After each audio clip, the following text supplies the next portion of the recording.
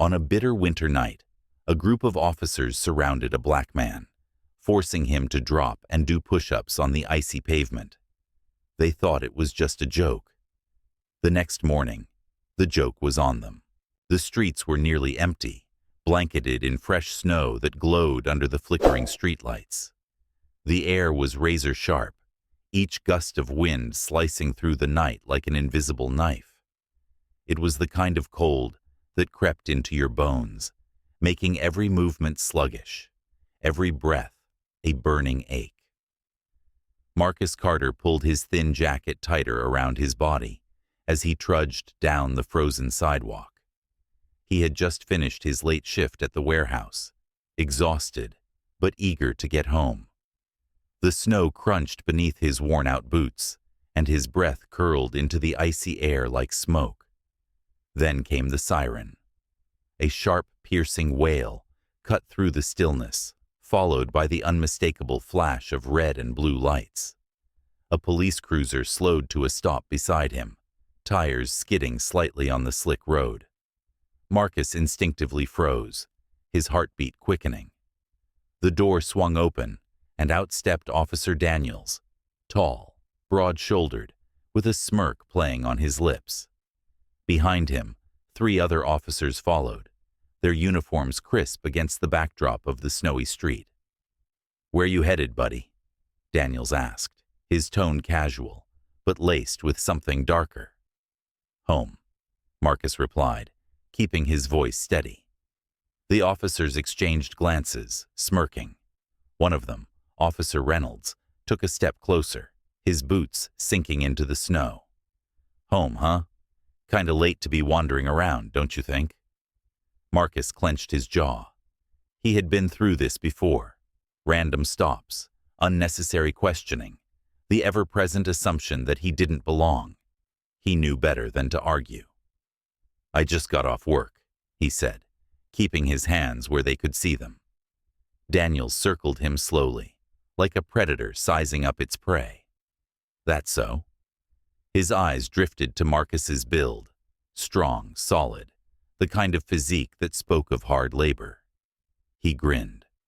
"You look like you keep in shape." Marcus didn't respond.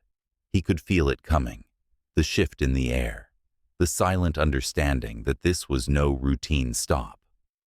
Then, Daniels clapped his hands together, the sound echoing in the cold night. "Tell you what, we've been out here all night, freezing our asses off. How about you give us a little entertainment?" Marcus frowned. "What?" Reynolds chuckled, stepping up beside Daniels. "Drop and give us 50, big guy. Let's see if all those muscles are just for show." Marcus felt his stomach tighten. The absurdity of it almost made him laugh. Almost. But there was nothing funny about the way they were looking at him. Like he was nothing more than a toy, a joke to pass the time. He glanced around. The streets were silent. No witnesses, no cameras, just him and 4 men who held all the power. "Come on now," Daniels drawled, tapping his baton against his palm. "Unless, of course, you're not as tough as you look." Marcus knew what this was. A test, a game. They wanted to see if he would resist, if he would snap, if they could justify whatever came next. A flicker of movement caught his eye, a woman across the street, peeking from behind a store window. Their eyes met for a fraction of a second, before she quickly disappeared. Marcus inhaled deeply, then slowly, deliberately, knelt down onto the freezing pavement. The cold bit into his palms as he placed them against the ice-covered sidewalk. Daniels laughed. "Attaboy. Let's see what you got." Marcus tightened his jaw, his body coiled like a spring. As he began his first push-up, the officers grinned, believing they were in control. But Marcus knew something they didn't, and soon they'd find out. The first push-up was easy. Too easy. Marcus lowered himself to the icy pavement, his palms stinging from the cold, then pushed up smoothly, his breath steady, despite the frigid air burning his lungs. The officers watched with amused smirks, their boots crunching against the frozen sidewalk as they shifted positions around him, like a pack of wolves circling their prey. "Come on now, let's see some effort," Officer Daniels taunted, his voice dripping with mockery. "You're making this look too easy." Marcus didn't react. He just kept going. 10 push-ups, 15, 20. The cold seeped into his fingers, biting into his skin like tiny needles, but his movements remained fluid, controlled. He wasn't doing this for them. He was doing this for himself. Reynolds laughed, nudging one of the other officers. "Think we should up the stakes? Maybe make him do it without the jacket?" Daniels grinned. "Not a bad idea." He stepped forward, looming over Marcus.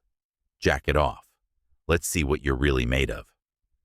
Marcus paused for the briefest second, then, without a word, pushed himself up one last time and stood.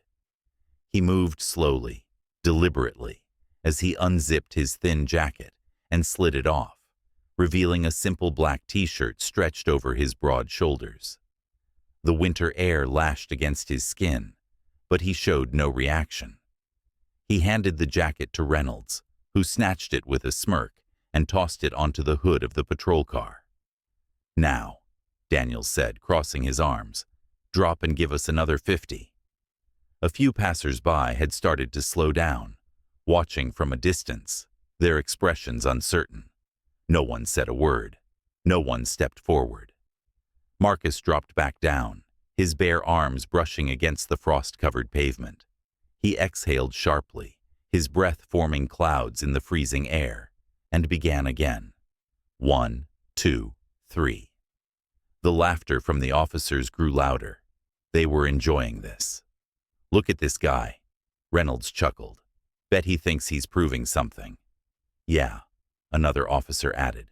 "Real tough guy, huh?" 20 push-ups. The cold was creeping deeper into Marcus's bones now, but he refused to let it show. His breath came out in steady bursts, his muscles tightening with each controlled movement. Daniels crouched down beside him, tapping his baton against the pavement. "You know," he mused, "I heard a story once about a guy like you. Thought he could take anything. Thought he was unbreakable." He leaned in, voice dropping low. "You know what happened to him?" Marcus didn't answer. Daniels smirked. "Neither does anyone else." The meaning was clear. The officers chuckled among themselves, the sound sharp and cruel against the silent night. 30 push-ups. The pain was setting in now, not just from exertion, but from the ice pressing against his skin. His fingertips burned. His arms felt like lead. Daniels straightened and sighed dramatically. "You know what? I'm getting bored." He glanced at Reynolds. "How about we make this a little more interesting?" Reynolds's grin widened. "What are you thinking?" Daniels turned back to Marcus, eyes gleaming with something dark. "Let's see if our friend here can keep going," with a little encouragement. Before Marcus could react, a sudden sharp pressure slammed against his back. Reynolds had placed his boot squarely between his shoulder blades, pressing down just enough to make the next push-up harder, but not enough to leave a mark. The laughter grew louder. Marcus clenched his jaw, forcing himself up against the extra weight. His arms trembled slightly, but he didn't stop. 1, 2, 3. The officers hooted and clapped, cheering as if they were watching a street performance. A few onlookers had started recording on their phones now, their faces tense with uncertainty. They knew this wasn't right, but no one was willing to step in. Daniels turned toward them, smiling. "Nothing to see here, folks. Just a little fitness test." 40 push-ups. Marcus's body was screaming at him now, but he didn't let it show. Not yet. He just needed to hold on a little longer. Then, from the corner of his eye, he caught movement. A man in a dark coat, standing just outside the glow of the streetlights, speaking into his phone. His expression was serious, focused. Marcus exhaled slowly. There it is. The moment everything changes. He pressed up one last time, his body quivering from the strain, and then he stopped. Not because he was done, not because he was weak, because it was time. He slowly shifted onto his knees and looked up, meeting Daniel's gaze directly for the first time. The laughter died. Something in Marcus's eyes had changed. Daniel's smirk faltered. What? Marcus stood, rolling his shoulders, shaking the cold from his limbs. He took one step forward. Just then, a shrill ringtone cut through the air. One of the officers fumbled for his phone, his expression shifting as he read the screen. Then, another phone buzzed. Then, another. Daniels frowned. What the hell is going on? The officers exchanged uneasy glances, their confidence wavering, and Marcus just watched, silent, knowing exactly what was about to happen. The air had shifted. The laughter, once loud and confident, had begun to fade. The officers were still standing tall, still wearing their smirks, but something about the way Marcus looked at them, calm, unwavering, made the energy around them change. Daniels was the first to notice. His fingers twitched slightly against his baton, though he quickly masked it with a scoff. "What's with that look?" he asked, tilting his head. "You think this is over?" Marcus didn't answer. He just rolled his shoulders, shaking off the lingering numbness from the cold, and took another slow, deliberate step forward. The distance between them was closing. Then the first phone rang. Officer Reynolds flinched at the sudden vibration against his hip.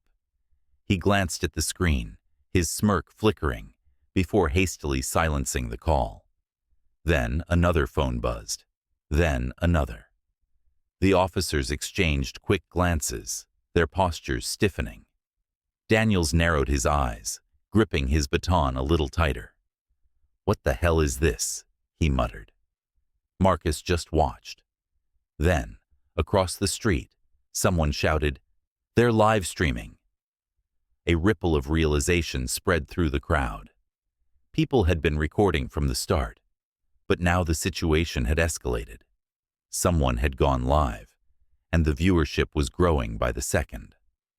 The officers tensed. Reynolds glanced at Daniels, uncertainty creeping into his expression. "Should we?" Daniels silenced him with a glare. "Shut up." But it was too late. The damage had been done. Marcus exhaled slowly, feeling the control of the situation shift. The weight of the cold, the humiliation, the power imbalance. It was all still there, but the officers were no longer the ones in command. He was. A gust of wind howled through the empty streets, kicking up loose snow around their feet. Then Marcus spoke. "You had your fun," he said, his voice calm, but carrying enough weight to slice through the tension. "But now it's my turn." Daniels scoffed, though the confidence in his voice wavered. "Oh yeah? And what exactly are you going to do?" Marcus tilted his head slightly, as if considering the question. Then, with a measured breath, he raised one hand and extended a single finger. He pointed directly at Daniels. At first, the officer just frowned, confused. Then the sirens came. From the distance, the wail of multiple police cruisers roared through the silence. The flashing red and blue lights reflected off the icy pavement, illuminating the scene like a stage. And suddenly, Daniels didn't look so sure of himself anymore. Reynolds took an instinctive step back. "What the—" Then the radios on their belts crackled to life. "All available units, report immediately. High priority internal matter. Officers involved in an ongoing live-streamed incident. Suspects identified." Silence. Daniel's face drained of color. The sound of the approaching cars grew louder, closer. The other officers shifted uncomfortably, their once relaxed postures now tense with uncertainty. Marcus. He was still standing there, still watching. The game had changed. A police cruiser screeched to a halt a few feet away, doors flying open before the engine had fully stopped. 2 officers stepped out, their expressions unreadable. Daniels straightened his spine, forcing authority back into his voice. "What the hell is this?" he barked. "Why are you—" "Shut up," one of the arriving officers snapped. He wasn't here for explanations. He already knew. The live stream had reached the precinct, and the precinct had seen enough. Daniels opened his mouth to argue, but then a new voice cut through the night. "Officer Daniels." It wasn't an officer this time. It was a woman. She stepped forward from the second cruiser, her presence alone making every single officer in the circle tense. She was older, dressed in a thick wool coat, her badge gleaming under the streetlights. Deputy Commissioner Sarah Langley. Daniels went rigid. "Ma'am, She held up a single hand. "Save it." Her eyes flicked to Marcus. She studied him for a moment, taking in the scene. The melted patches of snow where his hands had been, the crowd still filming, the silent weight of what had just happened. Then, she turned back to her officers. "I just watched the whole thing," she said coolly. "Every second of it." No one spoke. No one moved. Then she smiled. But it wasn't a kind smile. It was the kind that promised consequences. "Turn in your badges." Daniel's jaw clenched. "Ma'am, now." The weight of that single word was suffocating. For the first time that night, Daniels had no power. None of them did.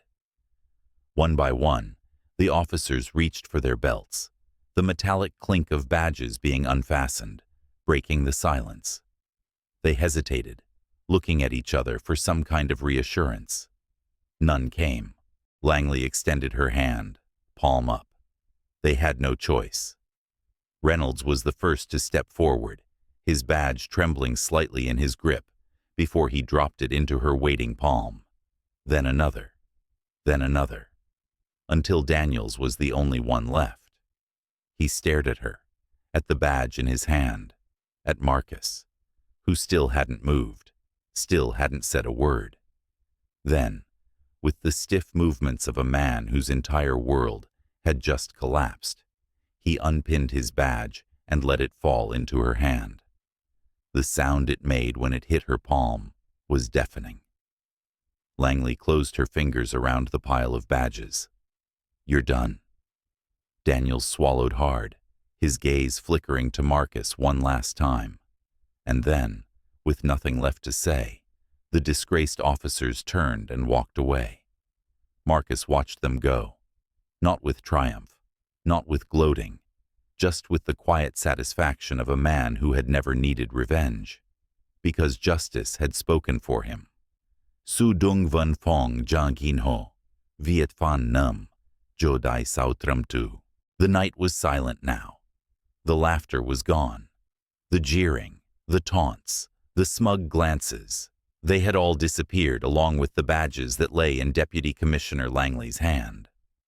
Marcus stood there, breathing deeply, feeling the frost settle against his skin. But the cold didn't bother him anymore. Not after everything. Daniels and his officers had been stripped of their power, their authority ripped away in front of the very people they had tried to humiliate. The weight of their disgrace hung heavy in the freezing air. The crowd, once hesitant, now watched with silent satisfaction. Daniels, still reeling, turned back for one last look at Marcus. His face twisted, searching for something, anger, defiance, even gloating. But he found nothing. Marcus didn't smirk, didn't celebrate. He just stood there, calm, unshaken. And somehow, that made it worse. Langley took a step forward, her eyes sharp as steel. "You know what the worst part is?" she said, her voice cutting through the night like a blade. "This wasn't just reckless. This wasn't just cruel. It was stupid. Daniels clenched his jaw, his hands balling into fists at his sides. He wanted to speak, wanted to defend himself, but there was nothing to say. "You did this," Langley continued, shaking her head, "to a man who could have torn you apart if he wanted to." The crowd murmured. Daniels frowned. Langley turned to Marcus then, her gaze assessing, knowing. "You're Marcus Carter," she said. Not a question, a statement. A ripple moved through the people watching. Some recognized the name immediately. Others pulled out their phones, searching, scrolling, until realization dawned on their faces. Daniel's expression twisted in confusion. "Who the hell is he?" Langley let out a sharp breath, almost a laugh. "He's a former Marine, special ops, served 2 tours overseas, led a team in missions that you wouldn't last 5 minutes in." Daniel's face paled, but Langley wasn't done. "And after he got out? He became one of the top hand-to-hand combat instructors in the country. Trains law enforcement, military, private security. Hell, half the officers in this city learned how to fight from him." The weight of her words crashed over them like a tidal wave. Reynolds swallowed hard. "You mean?" Langley smirked. "I mean, you just forced a man who trains elite fighters to do push-ups for your entertainment." Silence. And then, a single laugh. It wasn't from Marcus. It was from the crowd. A low chuckle at first, then another, until it spread like wildfire. The bystanders, the people who had watched in horror just moments ago, now laughed openly, their voices ringing against the frozen air. Daniel's hands shook. His humiliation was complete. Marcus, still quiet, took a slow step forward. He wasn't threatening. He wasn't aggressive. But Daniels flinched anyway. That was the moment he realized. He had never been in control. Marcus had let them believe they held power, had let them push him, test him, humiliate him. But in reality, he had been holding back. Because if he had wanted to fight, this would have ended very differently. And now, Daniels knew it. Marcus looked him in the eye, his voice steady. "You wanted to see how strong I was." He let the words settle, then added, "You just did." Daniels had no response. Langley gestured toward the patrol cars. "Get them out of here," she ordered the other officers. "They're not cops anymore." No one protested. As Daniels and his men were led away, heads bowed, shoulders hunched, the weight of their downfall pressing into them, Marcus finally exhaled. The night was still cold. The snow was still falling. But for the first time in a long time, it didn't feel heavy. The officers were gone. The street, once filled with their mocking voices, now held only the sound of distant sirens fading into the night. The crowd had grown larger, a mix of quiet murmurs and knowing glances passing between strangers. Phones were still recording, but now the focus had shifted, not on the disgrace of the officers, but on the man who had endured it all without ever raising a hand. Marcus took a slow breath, rolling his shoulders, shaking off the last remnants of the cold. The frost still clung to his arms, his fingers stiff from the ice, but none of that mattered anymore. Langley turned to him, studying him for a long moment. "You all right?" Marcus gave a small nod. "Yeah." She sighed, running a hand through her graying hair. "I wish I could say this kind of thing doesn't happen often, but you know better than anyone. That'd be a damn lie." Marcus didn't answer. He didn't need to. The world had seen. This wasn't just another act of cruelty swept under the rug. It had been recorded, streamed, broadcasted, and by morning, it would be everywhere. Langley looked at the crowd, then back at Marcus. "What do you want to do now?" Marcus glanced at the people still watching, some hesitantly stepping forward, others nodding at him in quiet respect. He could feel the weight of their gazes, their unspoken questions. He let out a slow breath. "I just want to go home." Langley nodded. "Fair enough." A woman stepped forward from the crowd, the same one who had first shouted about the live stream. She hesitated, then held out his jacket. "Here, you left this." Marcus took it, nodding his thanks. Their eyes met for a brief second, a silent understanding passing between them. No more words were needed. As Marcus walked away, the crowd slowly began to disperse, the moment settling into history. But the impact, that would last forever. Marcus walked down the frozen street, his footsteps steady, unhurried. The weight of the night lingered, but it did not press down on him. It was behind him now. The city lights flickered in the distance, casting long shadows against the snow. He pulled his jacket tighter around his shoulders, the warmth returning, not just to his body, but to something deeper. Justice had a strange way of working. Sometimes it was swift, sometimes it was painfully slow. But tonight, it had come. Not through violence, not through revenge, but through the simple, undeniable truth. He had never needed to fight. The world had fought for him.